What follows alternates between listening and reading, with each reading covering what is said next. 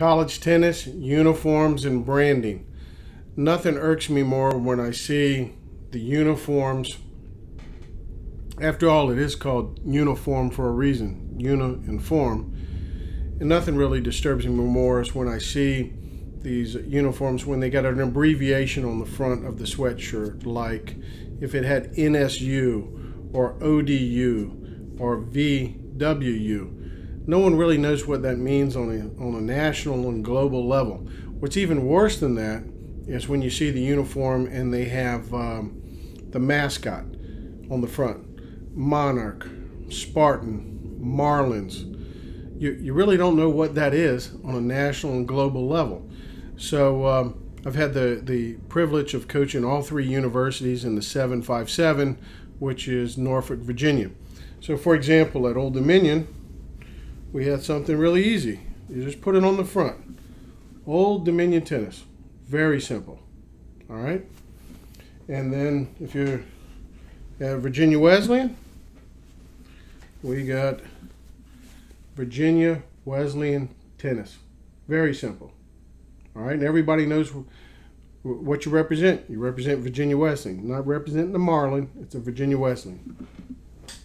Now, if you're at Norfolk State, the green and gold, behold, there's your Norfolk State sweatshirt.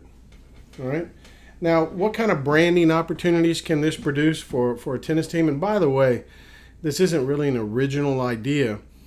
I remember seeing it decades ago from Stanford. It's probably a Dick Gould thing at Stanford that you would see shirts, Stanford Tennis.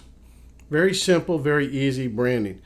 Paul Costin at Virginia Commonwealth would also do the same thing. And with uniforms, they would order the way to keep it simple is just order the same stuff. So, for example, if it's Norfolk State, order this if you're Nike, order it in the Nike sweatshirt, long sleeve dry fit, short sleeve shirts, t-shirts, or whatever. Just keep it simple. In fact, if some of your players' grandkids end up coming back playing for you, hey, they got the same uniform. Might get some new stuff, but it's the same, right? Very good as far as branding, all right?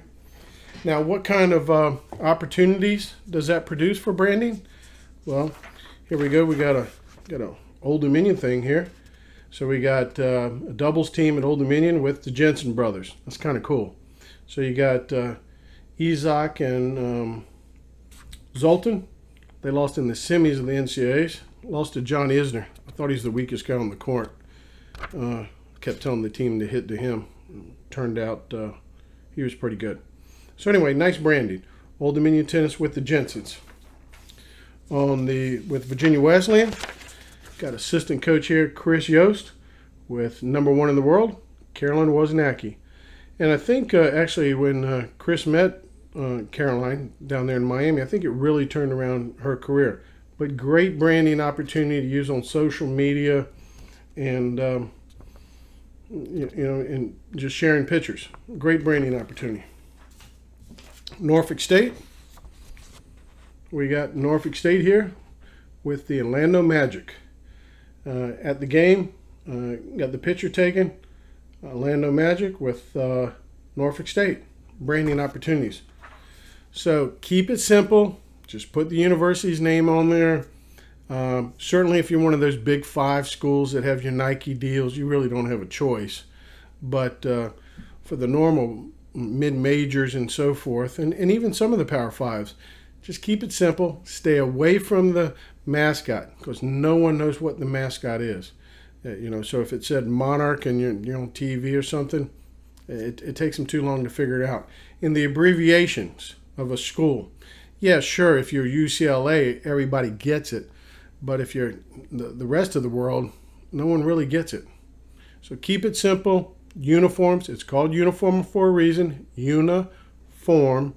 And again, keep it simple and create branding opportunities.